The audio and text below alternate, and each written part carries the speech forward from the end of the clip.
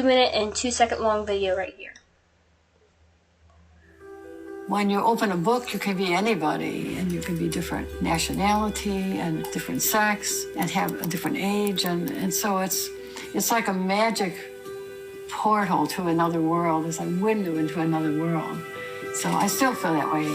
Now, Joyce Carol Oates is one of the most phenomenal and brilliant writers of our time. Joyce Carol Oates has published over 100 books since 1963. She is obviously one of the most prolific writers there are. The 2010 National Humanities Medal to Joyce Carol Oates for her contributions to American letters. I have often felt that in a sense I'm a very neutral being, and that I have almost no personality. As if I'm a neutral or a transparent medium, where this one thing comes by way of the medium into being a book or some writing. I always felt that I could tell stories that other people were not telling. And I'm sort of looking at how some people are mistreated, and there is injustice, and social injustice in our society. And one has to write about them. You described the process of writing a novel as obsession, excitement, anxiety, then melancholy when done, and fear that nothing will ever mean that much again. Probably I was just being a little funny. Yeah, I do miss some novels that I really put a lot of my life into. And when I think back on them, I sort of wish that I was writing them again, or that I could go back and inhabit that time in my life again.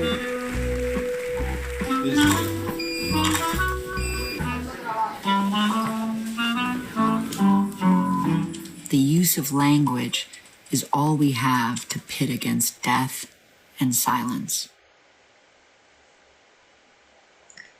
So that's Joyce Carol Oates. So, she was born June 16th, 1938 in Lockport, New York, and she grew up on her family's farm, her parents' farm, with 2 siblings. She has been married twice to Raymond J. Smith, who died in 2008, and Charles Gross, who died in 2019. She has led an interesting life, or she had an interesting life, in the working-class farming community of Millersport, New York. Family was an important aspect of the hard-working life, though it experienced tragedies. She attended a one-room school that her mother attended as a child, but then later on transferred to bigger suburban schools, and then went on to graduate from Williamsville South High School in 1956. She went on to graduate as valedictorian from Syracuse University, received her MA from the University of Wisconsin-Madison. She tried as a PhD at Rice University, but instead followed her path of writing. She was a teacher at Princeton University from 1978 to 2014, and since 2016 visits the University of California, Berkeley, to teach short fiction in the spring semesters. She has taught at several other places as well. So Oates published her first work in 1963, and she's published a lot since then. Novels, plays, novellas, volumes, and short stories, poetry, and nonfiction. Her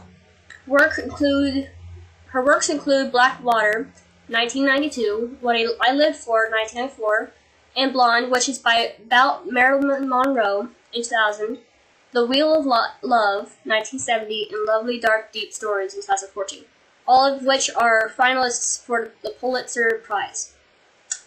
Awards that she has received include the National Book Award in 1970 for her novel, Them, 2 Henry Awards, the National Humanities Medal, Stone Award for Lifetime Literary Achievement, and the Jerusalem Prize. Other achievements and awards that she has accomplished, she was elected to the American Philosophical Society in 2016. As a teen, she received a Scholastic Art and Writing Award. Her novel, We Were the Mulvanneys, was turned into a TV show, and she received the F. Scott Fitzgerald Award for Achievement in American Literature. So inspirations are why she writes these stories, where she comes up with them. So within her family, there's been struggles, issues, mental health. Her sister was autistic and institutionalized, and she's never seen her since. He hasn't seen her since. Her paternal grandmother, Blanche Woodside, lived with the family and was very close to Joyce. She died, and after her death, she left behind history. Her father killed himself, and he tried to take her with him. But she survived, and because of that, she concealed Jewish roots and heritage. And Joyce learned all about this. Joyce's maternal grandfather was also murdered in 1917, and because of that, her mother had an adopted family. And then also, when Joyce was young, a next-door neighbor pledged guilty to arson and attempted murder of his family. So she's had an interesting life. She became interested in reading when she was young. The book her grandmother gave her was Alice's Adventures in Wonderland by Joyce Carol. She has read works from Charlotte and Emily Bronte, Fyodor Dostoevsky, William Faulkner, Ernest Hemingway, and Henry David Thoreau. Then later, she read works from Franz Kafka, D.H. Lawrence, Thomas Mann, and Flannery O'Connor. She is a big fan of Sylvia Plath, and she has once mentioned James Joyce. So what she takes from her experiences, she takes from stories that she has heard over the years. She takes tragedies and horrible instances, and she writes about families and individual people. And if they experience things, it's So most of the things that some of her characters experience isn't good, but it's So some fun facts. First, she was the first in her family to complete high school. Her parents didn't have a high education, but they were proud of her. She was the eldest child among her two other siblings. She began writing at 14 on her grandmother's typewriter. Where Are You Going? Where Have You Been? Was dedicated to Bob Dylan and his song It's All Over Now, Baby Blue, and is loosely based on the serial killer Charles Smid, the Pied Piper of Tucson. It earned recognition and was adapted as a 1985 film called Smooth Talk. She had pen names Rosamond Smith and Lauren Kelly. She wrote several books under those names. And she influenced a student of hers, who is now a writer, Jonathan Safran Foer, and he's talked about her, and she helped him with one of his books. So, some questions and critiques, because all authors, or at least famous people, get them. One was, she answered one question in an essay asking, why is your writing so violent? A review of a 1970 story collection, The Wheel of Love. She was characterized as an author of considerable talent, but far from being a great writer. In her 2006 short story Landfill, she was criticized for drawing on the death of John A. Fiocco, Jr., a 19-year-old New Jersey college student. And because of how successful and how quickly she could get her works out, there was some protests or people who were So I won't read through these, but I wrote down quotes or excerpts from the books, stories that are in the book that I read. Where Are You Going? Where Have You Been? A Brutal Murder in a Public Place. At Life After High School, an undefeated heavyweight, 20 years old. I have a quick little thing, and then we'll go back and I'll talk about the stories. Taking a nap, or I do. Right, so for readers unfamiliar with your work, Joyce, how would you describe what you write? And I understand there's so many different things, it's kind of hard for you to describe one thing, but there is a kind of a general theme to your work, isn't there? Well, I've never thought of it that way. I'm a writer. I do various things, and Sometimes I work on nonfiction, essay, memoir, poetry. At the moment, I'm writing a novel, so I'm sort of thinking in novelistic terms.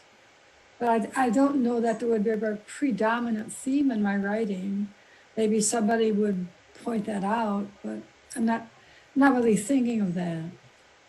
Oh, well, in terms of like social ills or things like that, a lot of your work. Writing about social ills would not be very interesting. I actually write about people. I write about people. Well, that's, yeah. Yeah. So the themes of my writing, I suppose, are sort of braided in with stories about individual people and families. And I tend to think in terms of a dramatic unity or some, I guess what we mean by storytelling, you know. Mm-hmm. So I don't set out to write about social ills the way, if I were a journalist, I might just write about that issue, you know, and go around and interview people. But novelists tend to be the other way around. We start off with people. Right. I often write about families. And if it's true to their experience that they encounter some social problems, then that's part of their story. Okay. So that was just the short little clip I was wanting to show. So, where are you going? Where have you been? This story is about, the main character is Connie. Connie is from a family who's not very close. Her mother picks on her and holds her sister to a higher standard than what she is. She compares her to her sister. Her sister's just kind of there, but not Joyce. Connie kind of like, she doesn't hate her sister, but she doesn't like her per se. And then the father is just kind of there. He goes to work, but then when he comes home, he wants to read the newspaper and eats. So he doesn't really talk to them much. But Connie goes out with her friends, and she hangs out. She goes to the mall, she goes to the movies, she goes to restaurants. But one of these outings, there is a guy that she sees, and he's suspicious. He wagged a finger and laughed and said, "Gonna get you, baby." So he's not a good character. The next day, she's at home alone. Her family went to a barbecue, but she refused to go. And the guy, he shows up at her house. He's got a jalopy painted in bright gold, and it's a convertible. But he shows up at her house. He calls himself Arnold Friend, and he brought a friend with him called Ellie's Oscar. And over time they talk, and Connie slowly finds out that this isn't good, and that they're nowhere close to her age. They're much older. Arnold's in his 30s, and then Oscar's in his 40s. But she tries to call for help, but it doesn't end well. And Arnold gets what he wants from her. It's not clear what exactly happens. It ends with her walking out to him, but it's not like she's in her own body. So then a brutal murder in a public place. That's the story we met Joyce in. That's the story we read. We had to pick out our stories, and that was one of them. But it's about a bird in an airport. And what I interpreted was that the bird was a symbol of a panic attack or anxiety. And so it was a panic attack and anxiety in an airport, but it was symbolized as a bird. Life after high school. So I would say maybe the main character might be a girl named Barbara Berman, or Sunny, as they call her. But most of the story talks about a boy named Zachary Graff. And Zachary is said to have a crush on her and tells her that, doesn't specifically come out and say it, but he loves her. He does a lot to get her attention. But his character is described as like he's formal with the other girls. He doesn't talk a lot. He's very stiff. His father is the town's preeminent physician, and so his family's strict. They're well off. He's very smart, but he's only got one friend, Tobias Shanks. But he's described as there's some characteristics that are off-putting. He says he prays just to get through the day. He prays for his sinful soul, his sinful deeds, and he feels trapped in a life. He's not free. But at some point, he proposes to Sunny. He asks her to marry him, and she says no. And then when he shows up at her house, panicky, different, she refuses again, and he flees, and he commits suicide.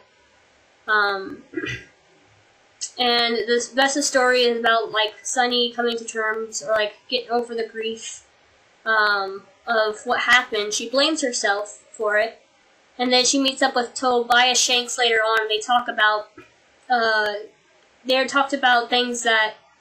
Zachary Graff and things that she did not know. They find out things together. And Tobias tells her a little bit about a letter that Zachary sent him before he died.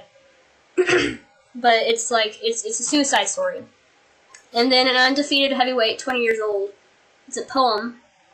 It's about boxing, because that was something that she focused a lot on. Joyce focused a lot on boxing at some point in her life, and so that was one of the poems.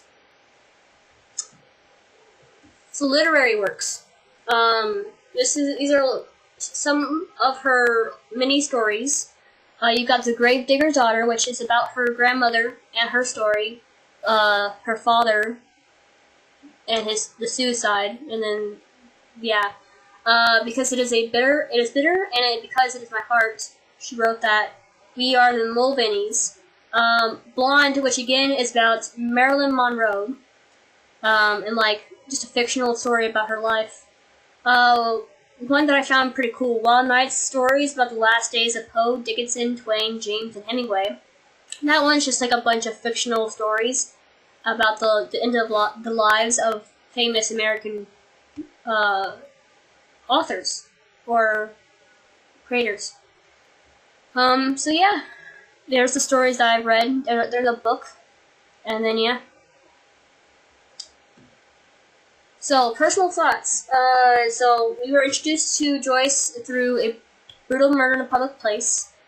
When I was skimming through the stories to pick out what I wanted to read, my first thought was that it was not that interesting to read about a burn in an airport, because I didn't quite read the whole story. But I figured I could find something else.